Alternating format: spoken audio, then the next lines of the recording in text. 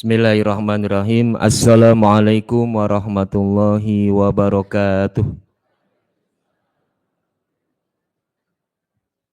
Alhamdulillah wassalatu wassalamu ala Rasulillah wa ala alihi wa ashabihi wa mawalah. Qala Allah Ta'ala fil Qur'anil Karim, a'udzubillahi minasyaitonir rajim. Wa atakum min kulli ma sa'altumuh wa in ta'uddu ni'matallahi la tuhsuha. Innal insana ladzalumun kafar. Shadaqallahul adzim. Wa qala alaika bisunnati wa sunnati khulafa'ir rasyidin wa a'idzu 'alaiha bin nawajid. Jamaah rahimakumullah, bapak-bapak, ibu-ibu, jamaah pengajian Ahad pagi yang semoga senantiasa mendapatkan rahman dan rahim Allah Subhanahu wa taala. Yang pertama dan utama, marilah kita senantiasa bersyukur karena pada pagi hari ini kita bisa berkumpul bersilaturahim. Dan yang paling utama adalah ketika kita menggunakan seluruh nikmat Allah dalam rangka beribadah kepada Allah Subhanahu wa taala. Itu merupakan satu karunia yang Allah berikan kepada kita. Yang kedua, sholawat dan salam semoga senantiasa tercurah pada junjungan kita Nabi Muhammad Sallallahu alaihi wasallam, Nabi yang terakhir yang tidak ada seorang Nabi pun setelah kenabian beliau. Jamaah rahimakumullah, Allah menyampaikan di dalam Al-Quran, a'udzubillahi minasyaitonirrajim, al-yauma akmaltu lakum dinakum wa atmamtu alaikum nikmati wa raditu lakumul islamadina. Yang terjemahannya kurang lebih, pada hari ini telah aku lengkapi agamamu untukmu dan telah aku sempurnakan nikmat-nikmatku dan telah aku ridhoi Islam sebagai agamamu. Jadi agama Islam yang kita anut, yang kita peluk, yang kita setia di dalamnya, itu paling tidak ada 3 kriterianya. Yang pertama lengkap, yang kedua sempurna, yang ketiga diridhoi oleh Allah Subhanahu wa taala.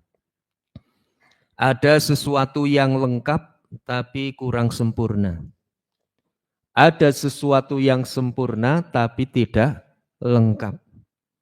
Lah Islam itu tidak hanya lengkap tapi juga sempurna. Contoh gambarannya pripun niku ibu-ibu? Lengkap tapi tidak sempurna. Sempurna tapi tidak lengkap. Ibu-ibu kalau belanja baju pakaian di mana ibu-ibu? Di pasar nopo di distro nopo online ibu-ibu? Biasanya wajah-wajah online semua nih. Sukanya online terus nih. Lah, itu ada satu atau mungkin di pasar nggih. Minta maaf yang suka ke pasar, mupasarin, keluar masuk pasar nih. Mungkin kalau di pasar apa saja tersedia. Dari belanjan, dari bumbon, dari gerabah, nggih. Terus pakaian, apa saja itu, bahkan kendaraan. Tapi mungkin minta maaf, kualitasnya kalah dengan di distro nggih. Ini kelihatannya gamis-gamis distro kabeh nih. Lah niku nggih. Atau mungkin ada satu toko yang hanya menyediakan satu merek. Saya kira tanpa menyebut nama, ibu-ibu sudah paham. Kalau satu toko menyediakan hanya satu merek, biasanya lebih sempurna, gitu. Apalagi di distro, ada benang delawer sedikit saja, itu sudah tidak laku di distro niku nggih. Tapi kalau di pasar, kancing satunya hilang aja masih laku gitu. Lah itu artinya apa? Pasar itu lengkap tapi kurang sempurna. Kalau distro atau toko baju khusus itu sempurna tapi tidak lengkap. Lah Islam itu mengajarkan kepada kita lengkap dan sempurna. dan juga diridhoi oleh Allah Subhanahu wa taala. Ada satu kajian dari Ustadz Adi Hidayat bahwa apapun di dalam kehidupan kita sudah dituntunkan. Dari bangun tidur sampai tidur lagi, dari makan, pakai baju, pakai pakaian, sampai umpamanya makan saja ada dua opsi berbeda. Artinya apa? Ketika kita makan, Rasulullah menyampaikan fasamillah. Kalau kalian makan, maka sebutlah nama Allah. Ketika lupa berdoa, ada opsi yang kedua. Itu makan. Maka berbahagialah, beruntunglah kita mempunyai tuntunan yang sempurna dan tuntunan yang lengkap. Serta lebih-lebih diridhoi oleh Allah Subhanahu wa taala. Maka pada pagi hari ini tema pengajian kita adalah 24 jam bersama Rasulullah Sallallahu Alaihi Wasallam. Berarti karena 24 jam sehingga pengajiannya harus 24 jam. Setuju Ibu-ibu? Ini mulai jam 6 pagi, besok selesai jam 6 pagi. Mesti ibu-ibu wonten sing ngendika, yakin keduh ngaji nyong. Ngerti ya orang mangkat. Ini seperti yang disampaikan oleh Ustadz Mukhlas, bukan 24 jam kebersamaan kita kepada Rasulullah, tetapi 24 jam tuntunan Rasulullah sudah diajarkan. Kita pertama dari bangun tidur nih. Bangun tidurnya Rasulullah. Ibu-ibu mau dahulu sari napa mboten? Bapak-bapak sari nggih. Sudah bangun apa dereng? Alhamdulillah. Yang pertama, ditulis kama fi Muwatta wal Bukhari inda Abdillah bin Abbas. Ditulis di dalam kitab Muwatta Imam Malik dan juga Al-Bukhari. Bercerita tentang sahabat Rasulullah yang bernama Abdullah bin Abbas. Annahu bata lailatan inda Maimunah. Bahwa Abdullah bin Abbas suatu hari tidur di rumahnya Maimunah. Bahasa Jawa ini pun melanjar. Tidur bahasa Jawa dengan bahasa Indonesia itu lengkap sekali Ibu. Kalau ke rumah saudara sampai nginep namanya melanjar. Kalau tidak nginep namanya ngendong. Terus ngendong kali melanjar mawon sudah benten niku. Lah Rasulullah Sallallahu Alaihi Wasallam punya istri, salah satunya namanya Maimunah. Wahwa zaujun Nabi, istri Nabi Muhammad, wa kholatuhu. Dan Maimunah adalah bibinya Abdullah bin Abbas. Jadi Abdullah bin Abbas ponakannya Maimunah, dan Maimunah adalah istrinya Nabi Muhammad Sallallahu Alaihi Wasallam. Wa qala Abdullah fattaja'tu fi aradil wisadah. Sesampainya di rumah Rasulullah, saya tidur di ujung bantalnya Rasulullah. Fattaja'a Rasulullah fi aradil ukhra. Dan Rasulullah tidur di ujung bantal yang lain. Jadi Abdullah bin Abbas tidur di ujung bantal, Rasulullah tidur di ujung bantal. Artinya kesimpulannya bahwa Rasulullah dengan Abdullah bin Abbas sebantal berdua. Bapak-bapak, ibu-ibu kalau ada tamu ke rumah terus melanjar dikasih bantal sendiri nopo sebantal berdua? Halo ibu-ibu, bantal sendiri nopo sebantal berdua?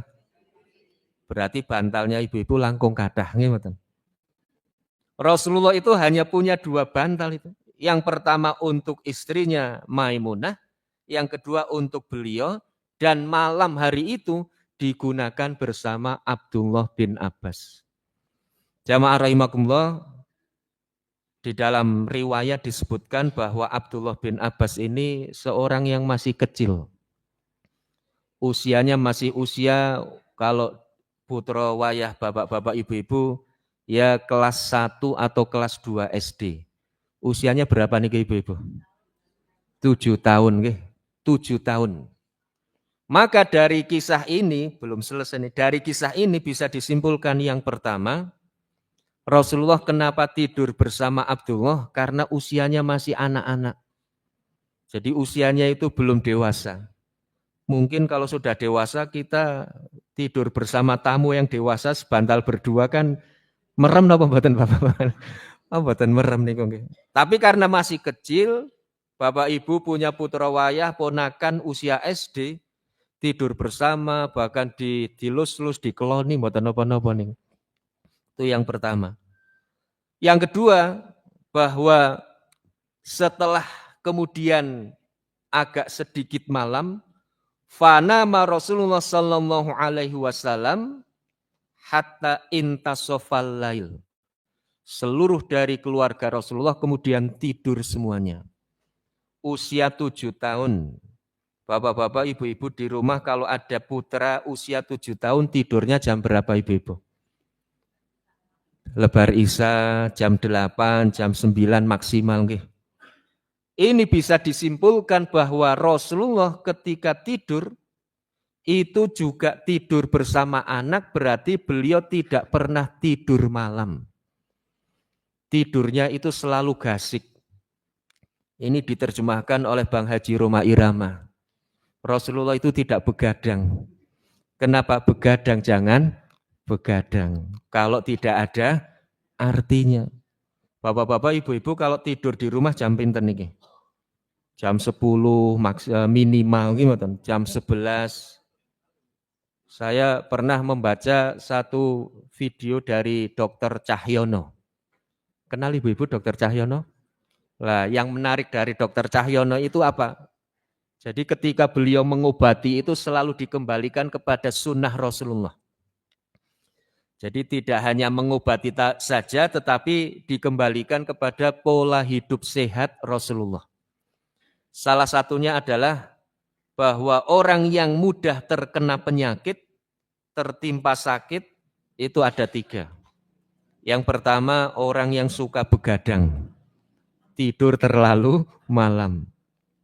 Maka Rasulullah ketika tidak ada urusan apapun, tidak ada rapat, tidak ada pengajian, tidak ada apapun kegiatan, begitu sholat Isya selesai, kemudian mengontrol, melihat rumah, dan semuanya sudah terhitung aman, maka Rasulullah kemudian langsung tidur. Jadi yang pertama yang bisa banyak menimbulkan penyakit, tidur terlalu malam. Yang kedua, apa ibu-ibu, bapak-bapak? Makan terlalu malam. Sehingga makan yang sehat adalah durasi antara makan dan tidur 4 jam. Kalau bapak-bapak sehari ini pun jam 8, berarti makannya harus jam 4 sore. Kalau ibu-ibu sehari ini pun jam 9, berarti makannya harus jam 5. Padahal ibu-ibu kalau dahar jam pinten ibu-ibu? Turun dari Isya. Turun dari Isya, sholat Isya, kemudian baru makan malam. Kemudian yang ketiga, yang bisa menimbulkan banyak datangnya penyakit dan sakit, sedikit minum air putih. Maka supaya kita sehat, banyak-banyak minum air putih, makannya jangan malam, jangan malam, artinya nasi, tahu, tempe. Ampun malam ibu-ibu. Malam tidak enak meskipun dimasak. Dan yang ketiga, jangan terlalu banyak begadang. Jamaah rahimakumullah, kita lanjutkan. Setelah tidur kemudian Rasulullah bangun di pertengahan malam. Qablahu biqalilin au ba'dahu biqalilin. Sebelumnya sedikit atau setelahnya sedikit. Diterjemahkan oleh orang Indonesia kurang lebih. Sebelum sedikit atau setelah sedikit berarti kurang lebih. Maka kurang lebih jam 1 atau setengah 2. Bapak-bapak menawi sholat dalu jam pinten? Jam 3. Jam 3, setengah sekawan. Sudah mepet subuh. Masih boleh dan sah-sah saja. Tapi Rasulullah SAW ketika bangun dari tidurnya itu jam 1 atau setengah 2. Terus bagaimana setelah bangun dari tidur? Istaiqadha Rasulullah sallallahu alaihi wasallam. Rasulullah kemudian bangun. Setelah bangun, famasaha, minta maaf, fajalasa yamsahu naum an wajhihi. Rasulullah kemudian bangun dari tidur. Setelah bangun dari tidur, Rasulullah masaha wajhahu biyadaihi, mengusap wajahnya dengan dua tangannya. Jamaah rahimakumullah, ketika bangun dari tidur, ini direkomendasikan oleh ahli kesehatan, bangunnya jangan lumah. Nggih, Bapak-bapak Ibu nggih. Jadi direkomendasikan supaya bangunnya itu miring. Kalau sunnahnya Rasulullah tidurnya miring ke sebelah kanan, maka bangunnya pun miring. Kalau bangunnya mau miring kanan atau kiri boleh. Tapi kalau tidurnya miring ke sebelah kanan. Jadi kalau ingin ikut sunnah Rasulullah, bapak-bapak tidurnya miring ke sebelah kanan, ibu-ibu juga miring ke sebelah kiri nopo kanan, bapak-bapak. Nek kersane bapak-bapak kiri nggih ibu-ibu nggih. Kalau semuanya ingin sunnah Rasulullah berarti bapak-bapak kanan, ibu-ibu juga miring kanan. Njur ungkur-ungkuran. Nggih mboten napa-napa nggih ibu-ibu nggih. Ikhlas napa mboten ungkur-ungkuran ibu? Ikhlas mawon. Nggih arep adep-adepan saben dinten nggih mboten. Lah itu sunnahnya Rasulullah sallallahu alaihi wasallam. Apalagi kalau bangun usianya sudah 40 tahun ke atas, itu direkomendasikan untuk miring. Jangan sampai melumah. Kalau melumah itu bisa berakibat bahaya. Tapi kelihatannya masih aman ini. Ini ibu-ibu semuanya usianya 40 tahun ke bawah nih, ibu. Mungkin lak kundur langsung ngoco bapak-bapak. Pak, enggak bener Pak ngendikane Pak Yuli nyong iki 40 mudhun ngoten nggih. Lah niku nggih jamaah rahimakumullah miring. Setelah kemudian duduk, Rasulullah mengusap wajahnya dengan dua tangannya. Supaya apa? Ini diterjemahkan oleh orang Indonesia, ngenteni nyawane ngumpul.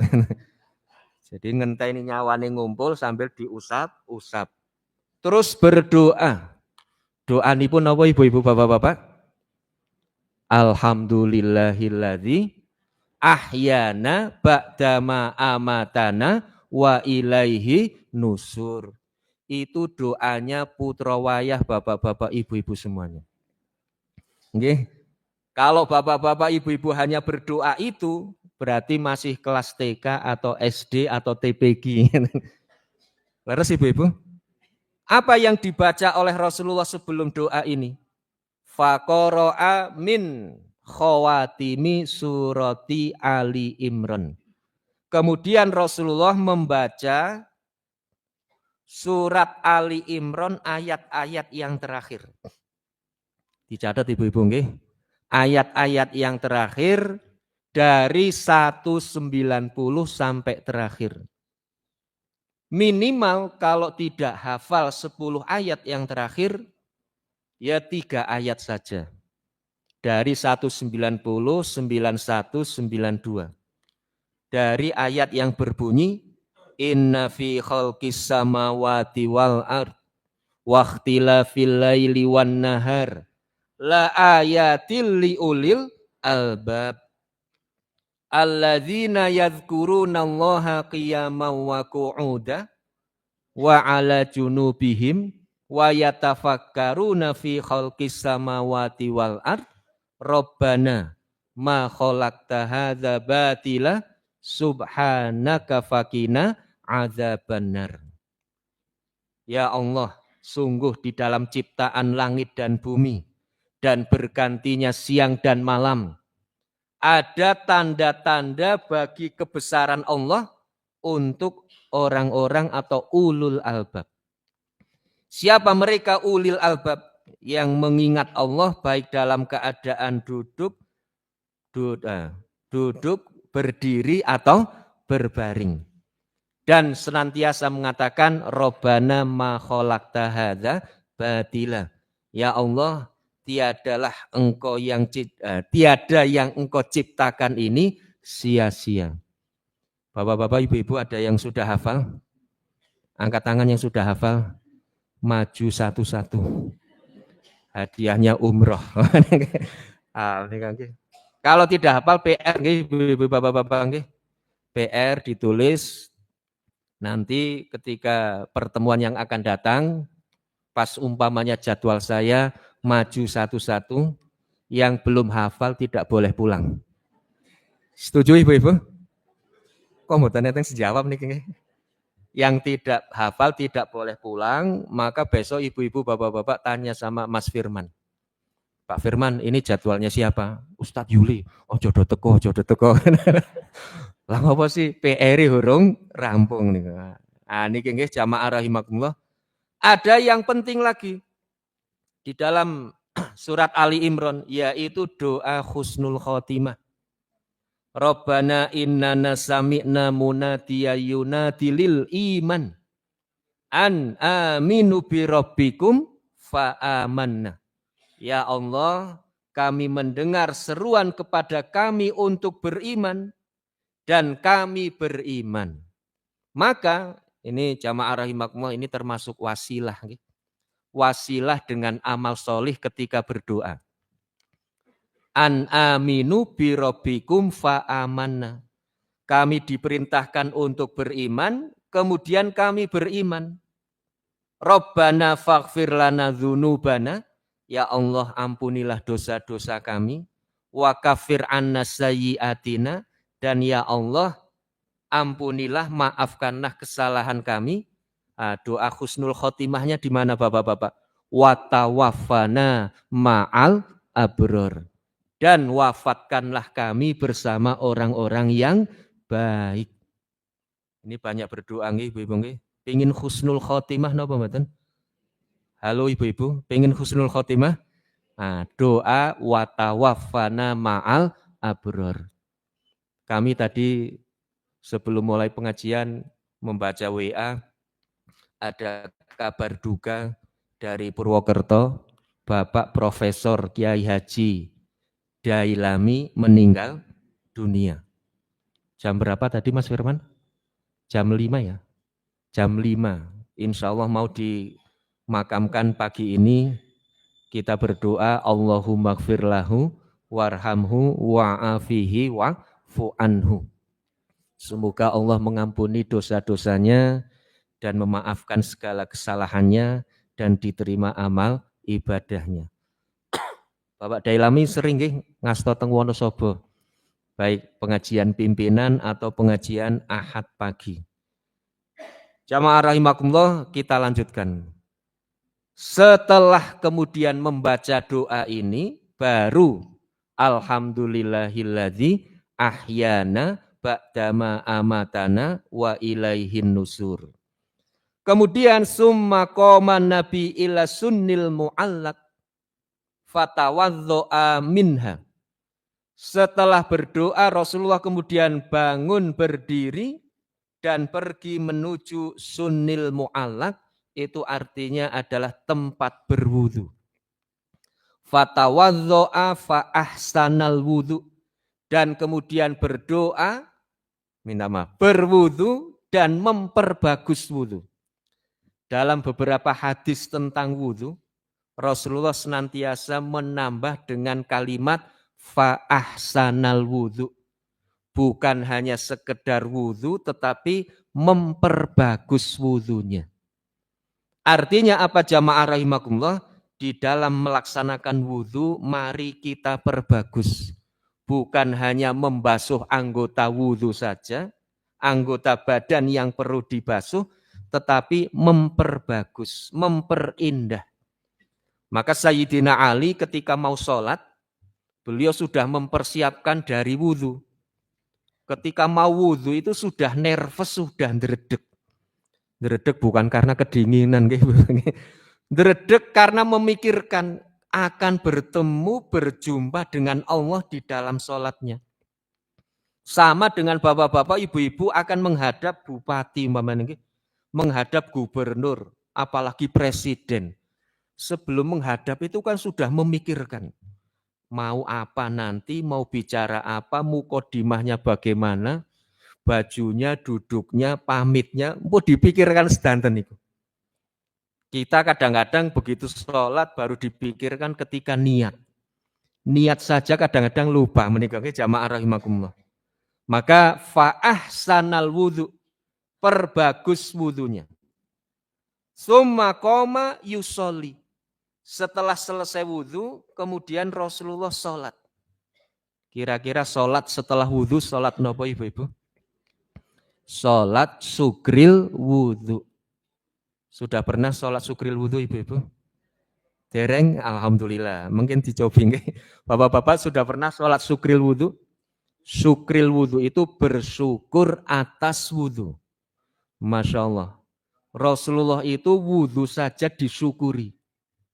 Bapak-bapak, ibu-ibu bersyukur sampai kemudian sujud syukur, itu mungkin biasanya ketika mendapatkan anugerah, mendapatkan rizki, melimpah. Kalau yang tidak begitu melimpah saja tidak disujud syukuri. Rizki yang bulanan itu kan tidak disujud syukur itu. Tapi kalau rizki yang kaget, atau durian jatuh, atau mendengar kabar yang baik istimewa, maka kemudian sujud syukur. Rasulullah wudhu yang kadang-kadang kita anggap remeh hanya sekedar wudhu, ternyata Rasulullah bersyukur atas wudhu. Pertanyaannya, mengapa Rasulullah bersyukur atas wudhu? Jawabannya, jawabannya yang pertama adalah karena at-tahur syatrul iman. Wudhu atau bersuci itu adalah sebagian dari iman. Ketika kita berwudhu, sebagian iman kita datang kembali. Orang yang tidak beriman tidak mungkin melaksanakan wudhu. Nggih, ibu-ibu, nggih. Kenapa orang tidak beriman kok wudhu? Tidak mungkin. Maka ketika kita berwudhu, berarti kita termasuk orang yang beriman.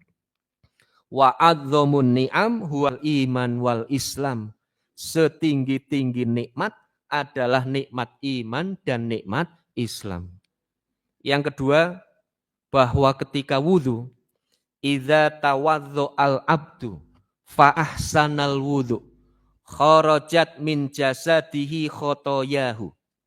Ketika seseorang berwudhu dengan memperbagus wudhu, maka akan keluar dari tubuhnya seluruh dosa dan kesalahannya. Hatta tahta atfarih, sampai keluar dari bawah kuku-kukunya. Jadi kalau kita berwudhu dengan memperbagus wudhu, maka akan keluar seluruh dosa-dosa kita dari tubuh kita. Coba angkat tangan di masjid ini siapa yang tidak punya dosa? Angkat tangan ibu-ibu, bapak-bapak. Oh, kelihatannya ahli surga semua nih, geng. Amin. Maka jamaah rahimakumullah, ketika kita berwudu itu keluar dosa-dosa kita. Ibu-ibu, bapak-bapak, kalau habis wudu atas dasar hadis ini, setelah wudu dianduin apa mboten? Ibu-ibu anduan apa mboten? Kenging apa anduan? Takut mukenanya cepet tayumen. Lah maka kalau mengikuti zahiriyah hadisnya, madhab zahiriyah, artinya madhab yang mengikuti apapun yang ditulis disampaikan dalam hadis. Hadisnya mengatakan air wudhu akan menghapus, akan mengeluarkan dosa-dosa seseorang sampai tetes yang terakhir dari bawah kukunya. Berarti kesimpulannya zahirnya hadis tidak perlu diandui. Semakin lama air mengalir dari tubuh kita, semakin lama dosa-dosa akan terkeluarkan dari tubuh kita. Kalau diandui, dosanya belum habis, airnya sudah kering. Maka mulai nanti jangan anduan nggih, Ibu nggih. Tapi piye yo rasane kleler-kleler. Kleler-kleler ini ada sesuatu yang mengalir. Ya, bapak-bapak, ibu-ibu mau madhab zohiriyah atau madhab batiniyah? Kalau madhab batiniyah, bukan secara zohirnya hadis, tetapi intinya. Ngerti? Sing penting intine. Intine apa? Air wudhu menghapus dosa-dosa orang yang berwudhu. Itu saja. Nah, itu berarti madhab batiniyah. Monggo mau zohiriyah atau batiniyah. Tapi kalau batiniyah nanti jadi aliran kebatinan. Lah menikah jamaah rahimakumullah, silahkan mau memilih yang mana. Terus yang ketiga, mengapa Rasulullah Shallallahu Alaihi Wasallam bersyukur atas wudhu? Qala Rasulullah Shallallahu Alaihi Wasallam, Inna ummati yud'auna yaumal qiyamah ghurran muhajjalin. Nanti umatku ketika hari kiamat akan diundang, akan dipanggil oleh Allah menghadap Allah dengan wajah yang putih berseri-seri. Putih berseri-seri, wangi, tralala, trilili. Niku Peggy Sukmawati. Peggy Melati. Oh, Peggy Melati Sukma. Jadi kita jamaah rahimakumullah nanti ketika di akhirat diundang satu-satu oleh Allah dengan wajah yang putih, bersih, berseri-seri. Min asaril wudhu, dari bekas air wudhu. Bukan bekas make up, bukan bekas skincare. Jadi meskipun tanpa skincare nanti akan tetap putih berseri. Dari bekas air wudhu. Maka perintah Rasulullah bagaimana? Famayastati ayutilla ghurratahu falyaf'al. Dan barang siapa yang mampu untuk memperpanjang putih bersihnya, maka kerjakanlah. Lah hadis yang terakhir ini, hadis untuk anjuran kita menjaga wudhu. Barang siapa yang mampu menjaga putih bersihnya, maka kerjakanlah. Barang siapa yang ingin putih bersih ketika di akhirat, maka jagalah wudhu. Ada bapak-bapak, ibu-ibu yang bisa menjaga wudhu, napa mboten? Jadi nanti dari tadi sholat subuh, terus datang ke Masjid Arkom, kemudian apa? Ternyata batal umpamanya nggih. Meskipun tidak mau sholat, wudhu. Pulang dari Masjid Arkom, keluar, terus batal lagi, wudhu lagi. Mau naik mikro, batal, wudhu lagi. Siap ibu-ibu? Berat nih, ya Allah, menjaga wudhu itu berat nih. Maka jamaah rahimakumullah, ada satu kisah menikah. Kisah yaitu kemarin kami menyampaikan materi kebetulan pas tanggal 10 November. 10 November niku hari napa ibu-ibu? Hari pahlawan.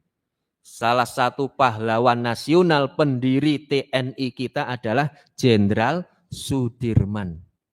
Jenderal Sudirman dalam ceritanya ataupun filmnya itu kan sekti Mondoroguno. Demit orang dulit, setan orang doyan. Niku Jenderal Sudirman. Sampai dikisahkan berkali-kali dikepung Belanda selalu selamat itu. Dikepung Belanda selalu diberi keselamatan. Sampai yang paling hebat terakhir, Belanda sudah masuk ke dalam rumah yang digunakan oleh Jenderal Sudirman. Malah justru Belandanya itu tidak percaya kalau itu adalah Jenderal Sudirman. Malah yang dibunuh bukan Sudirman, bukan Jenderal Sudirman, tetapi malah mata-matanya ini. Maka kemudian saking ampuhnya menikah, saking saktinya, ada seorang bawahan Jenderal Sudirman namanya Mayor Teddy. Umpamanya nih Mayor Teddy nih bertanya nih, Jenderal mohon izin bertanya. Ono apa Teddy? Siap. Jenderal Sudirman kok sakti Mondoroguno. Ini sebetulnya rahasianya apa? Apakah Jenderal punya jimat? Apakah Jenderal punya simpenan atau buntelan? Nek buntelan aku nggawa iki. Terus didesak oleh bawahannya, maka Jenderal kemudian mengaku. Saya itu punya jimat. Tulis jimat saya. Yang pertama, saya senantiasa menjaga wudhu. Jadi Jenderal Sudirman itu senantiasa menjaga wudhu. Batal wudhu, batal wudhu. Maka kemana-mana beliau senantiasa membawa kendi, ibu-ibu. Sehingga kalau ibu-ibu ingin menjaga wudhu, kemana-mana harus membawa kendi. Kalau kendi modern sekarang bukan kendi itu, tapi magic jar. Galon. Galon, nah, membawa galon itu. Terus yang kedua, jimat yang kedua apa? Jimat yang kedua adalah saya senantiasa sholat 5 waktu berjamaah dan tepat waktu. Niki jimat bapak-bapak ibu-ibu. Sholat berjamaah 5 waktu dan tepat waktu. Itu sangat berat menikah. Maka Rasulullah menyampaikan dalam hadis, salah satu yang akan dinaungi di hari kiamat ketika tiada naungan kecuali dari Allah adalah rojulun qalbuhu mu'allakun bil masajid. Seseorang yang hatinya senantiasa tertambat di masjid. Pokoknya kalau tidak sholat berjamaah di masjid, dia tidak mau. Saya harus sholat berjamaah di masjid 5 waktu. Sampai ketika musafir pun yang dicari pertama adalah masjid. Bapak-bapak, ibu-ibu kalau mau bepergian ke Jogja, sing dieling-eling pertama kali masjid nopo rumah makan. Sing ditulis teng daftar checklist nggih, random acara niku Malioboro, Manganti, terus nanti belanja nopo sholat zuhur di Masjid Kauman pamane. Nanti ketika pulang nggih ngoten nggih ibu-ibu nggih. Iki engko baline lewat Magelang. Ning blabak ono kupat tahu pol enake. Ngoten napa engko mampir ning Balidono, ning kono ono masjid umpamanya bersih, luas, parkirannya juga luas. Mas mampir masjidnya wong Islam. Jadi itu termasuk indikator kalau hati kita mu'alakun tergantung tertambat di masjid. Sampai ketika musyafir bepergian pun yang dicari pertama kali adalah masjid. Terus jimat yang ketiga. Apa jimat yang ketiga jamaah rahimakumullah? Apa yang aku lakukan, kata Jenderal Sudirman, bukan untuk diriku, bukan untuk keluargaku, bukan untuk partaiku. Tetapi untuk bangsa dan negaraku. Sampun ditulis napa dereng Ibu? Alhamdulillah. Jimate pinten? 3. Ingkang sepindah jaga wudhu. Nomor 2, sholat 5 waktu berjamaah tepat waktu. Yang ketiga, semua yang dilakukan untuk bangsa dan negara. Artinya dalam tanda kurung ikhlas. Saya lihat yang mencatat ibu-ibu mawon nggih. Bapak-bapak mboten nyatat. Nek bapak mungkin tangklet ibune mawon nggih. Bu, mau pengajianipun napa niku nggih. Nah, yang rajin itu biasanya ibu-ibu ini. Nek bapak kadang-kadang hanya copy paste dari ibunya. Jimat niku artosipun napa ibu-ibu? Barang siji di rumat. Napa barang siji keramat? Barang siji sing di rumat. Ibu-ibu enggak ada jimat napa mboten? Lah niki para suami kan jimatipun ibu-ibu nggih. Nah, jimat siji sing di rumat. Lah niki jimatnya Jenderal Sudirman. Ini bukan jimat bid'ah khurafat tahayul tidak.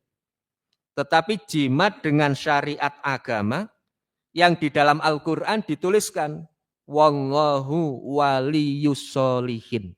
Allah adalah pelindung, penjaga, penanggung bagi orang-orang yang sholih. Kemudian kembali kepada hadis Rasulullah menikah. Fakumtu fasona'tu mislama yasna'u. Ketika Rasulullah sudah wudhu, sudah sholat, baru kemudian Abdullah bin Abbas bangun dari tidurnya dan mengerjakan apa yang dikerjakan oleh Rasulullah. Summa zahabtu ila jambihi.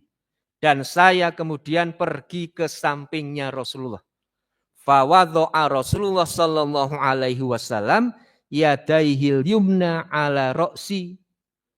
Kemudian Rasulullah meletakkan tangan kanannya di atas kepalaku. Fa'akhodha, kemudian beliau menggeser tempatku. Jadi mungkin tempatnya salah ketika itu, ingin jamaah dengan Rasulullah, tetapi tempatnya tidak tepat.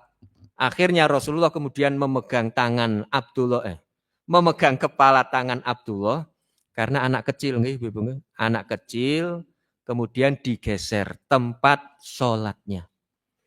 Maka ini bisa kita simpulkan ketika kita sholat, terus kita sendirian, ada seseorang yang kemudian jamaah.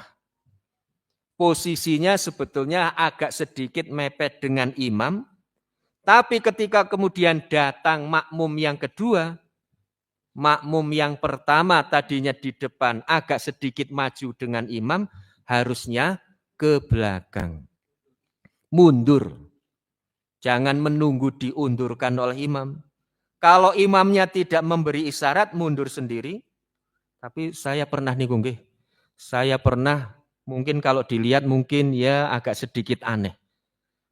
Ada imam sholat bersama makmum berdua.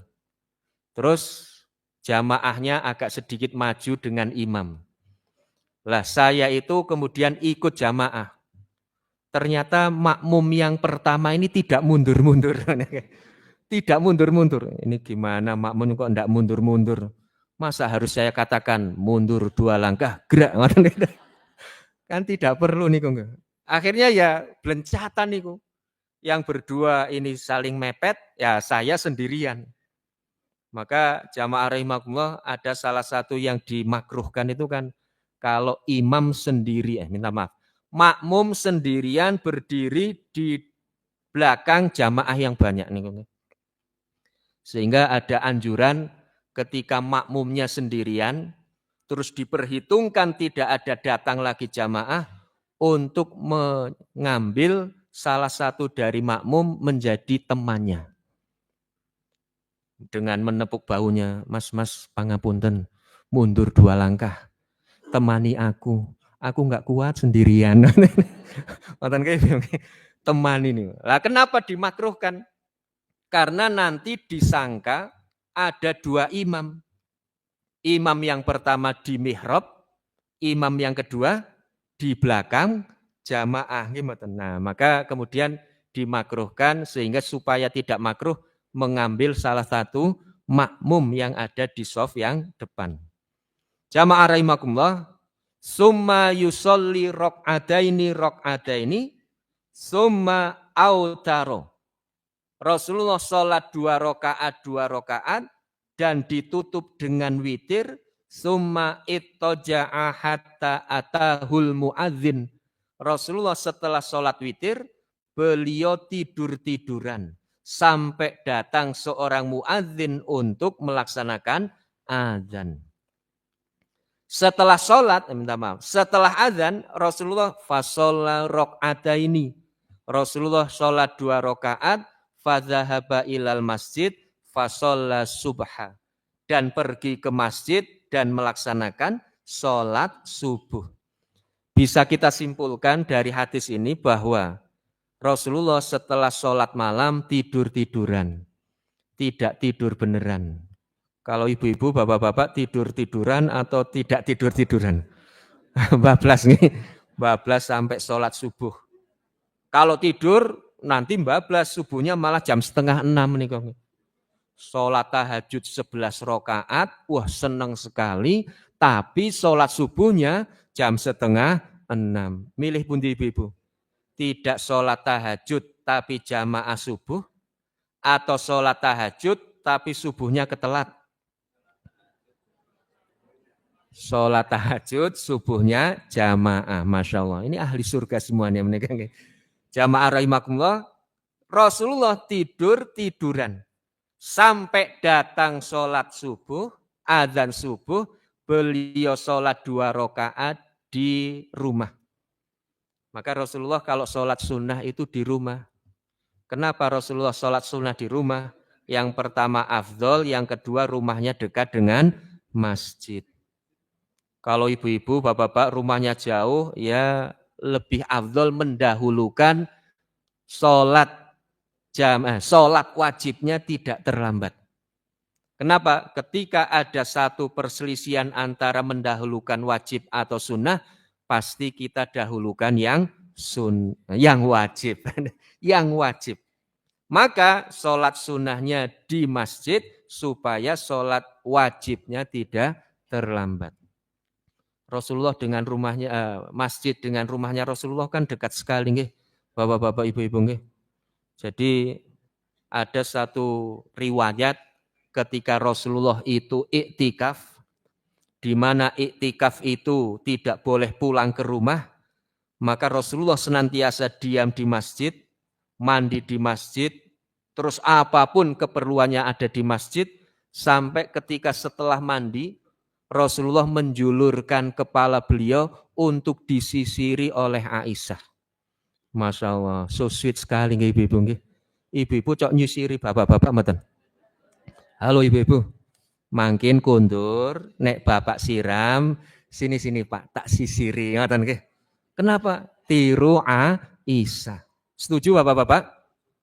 Ning sisirane cok salah nggih bapak-bapak nggih. Sisirane belah kiri malah diberah tengah. Men kados Ariel Peter Pan. Wah, bapak tasih ganteng.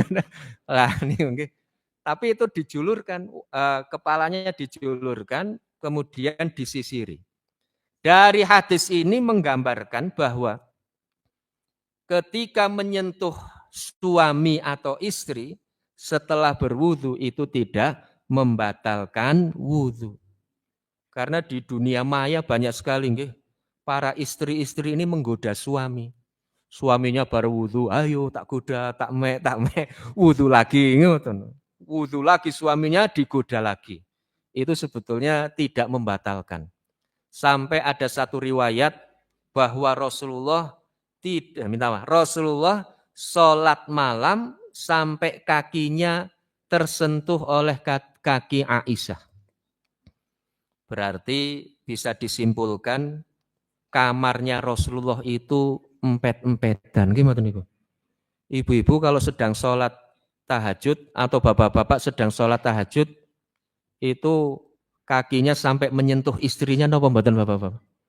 Mboten nggih. Kadang-kadang di lain ruangan.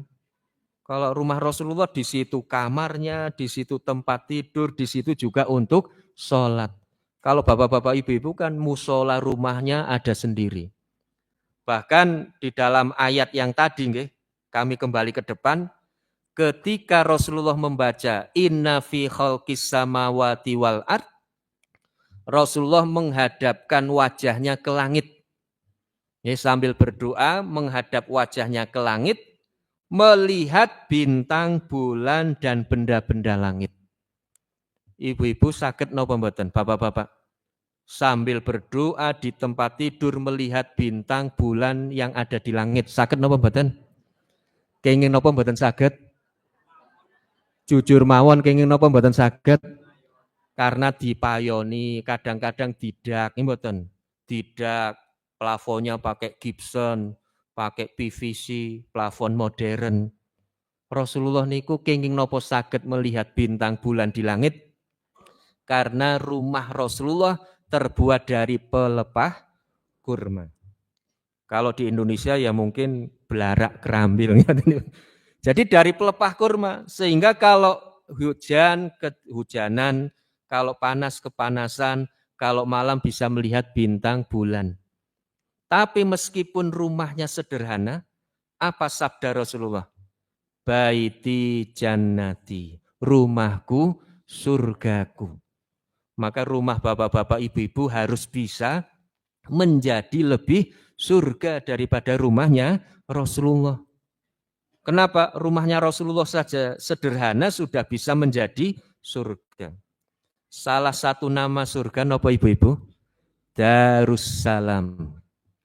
Darun itu artinya rumah atau daerah, salam artinya penuh dengan keselamatan, penuh dengan kedamaian. Maka kalau bapak-bapak, ibu-ibu rumahnya ingin menjadi surga, berarti rumahnya harus penuh dengan kedamaian, keselamatan, keberkahan. Tipe rumah itu ada 3. Yang pertama, tipe keluarga Hari Raya Idul Fitri. Tulis ibu-ibu, tipe keluarga Hari Raya Idul Fitri. Senantiasa minta maaf antara suami dan istri. Bapaknya pulang rapat ketelat, Bu, aku ngapura yo, pulang ketelat. Ibunya menjawab, ora apa-apa Pak, tak ngapura. Aku yo ngapura yo Pak, masake ketelat. Bapak-bapak mau berangkat kerja, minta maaf dulu, Bu, minta maaf ya, Bapak mau bekerja. Ikhlasan Bapak, paling 5 jam kita berpisah, nanti ketemu lagi. Maafkan ya Pak, maafkan ya Bu. Cok ngoten mboten Bapak-bapak. Iya Pak, saya ikhlas, saya maafkan. Pergilah bekerja. Saya maafkan. Bapak-bapak datang ke tempat tidur, terus buka selimutnya ibu. Maafkan Bu, selimutnya saya buka. Ya ngoten apa betul ibu-ibu? Nah itu keluarga tipe hari raya. Tipe yang kedua, keluarga tipe hari raya Imlek. Imlek itu terkenal dengan apa ibu-ibu? Ampong. Jadi bapak-bapak itu senantiasa memberi ampo terus kepada ibu-ibu. Pulang kerja, nyobu amponi. Berangkat kerja, nyobu amponi. Ibu-ibu ngasah-asah, umbah-umbah, meme gabah, ngeter bocah sekolah, jam 10 malam sudah turu digugah. Ibu-ibu. Ibu-ibu kan kerjanya begitu. Dari terbit matahari sampai terbenam mata suami. Begitu bangun, ombah-ombah, isah-isah. Siang sedikit ngantar anak ke sekolah. Setelah ngantar anak ke sekolah, meme, gabah. Jam 8 turu, jam 9 digugah. Gimana? Nah, itu Imlek. Yang ketiga, tipe keluarga Hari Raya Valentine. Ibu-ibu cok Valentinan apa mboten? Mboten. Tapi meskipun tidak kan senantiasa berkasih sayang. Lah maka kalau keluarga kita ingin seperti keluarganya Rasulullah, ya harus tipenya 3 ini.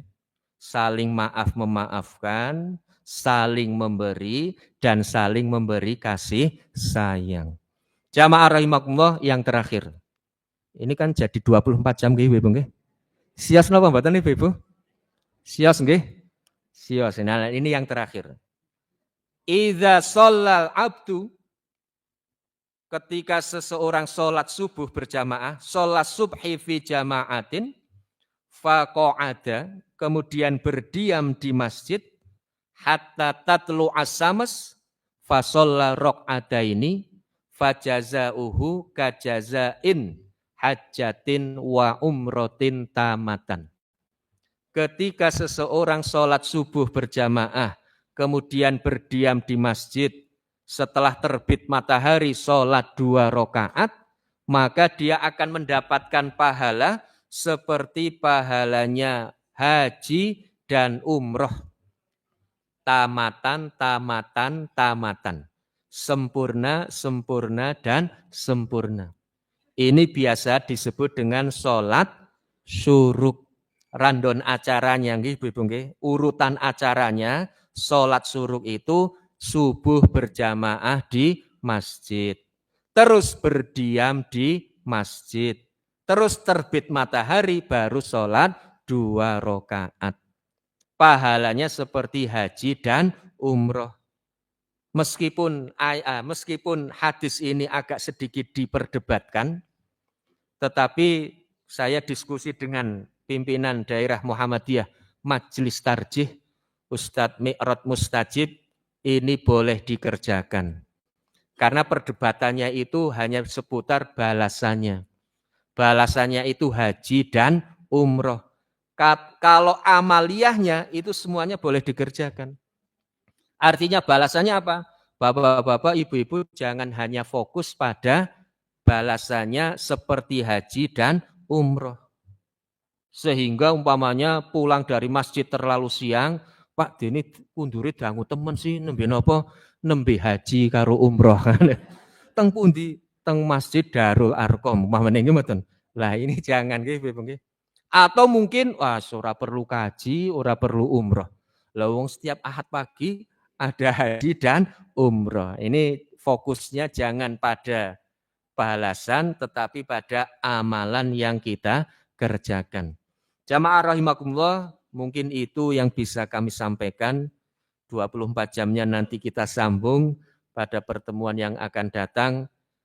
Intinya apapun 24 jam yang kita kerjakan sudah ada tuntunan yang dicontohkan oleh Nabi Muhammad Sallallahu Alaihi Wasallam dari yang sekecil-kecilnya.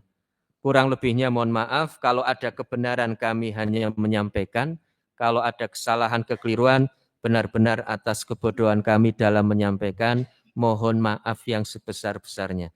Nasru minallah wa fathun qarib. Assalamualaikum warahmatullahi wabarakatuh. 98 FM Purnama Sidi Wonosobo, mencerahkan, inspiratif.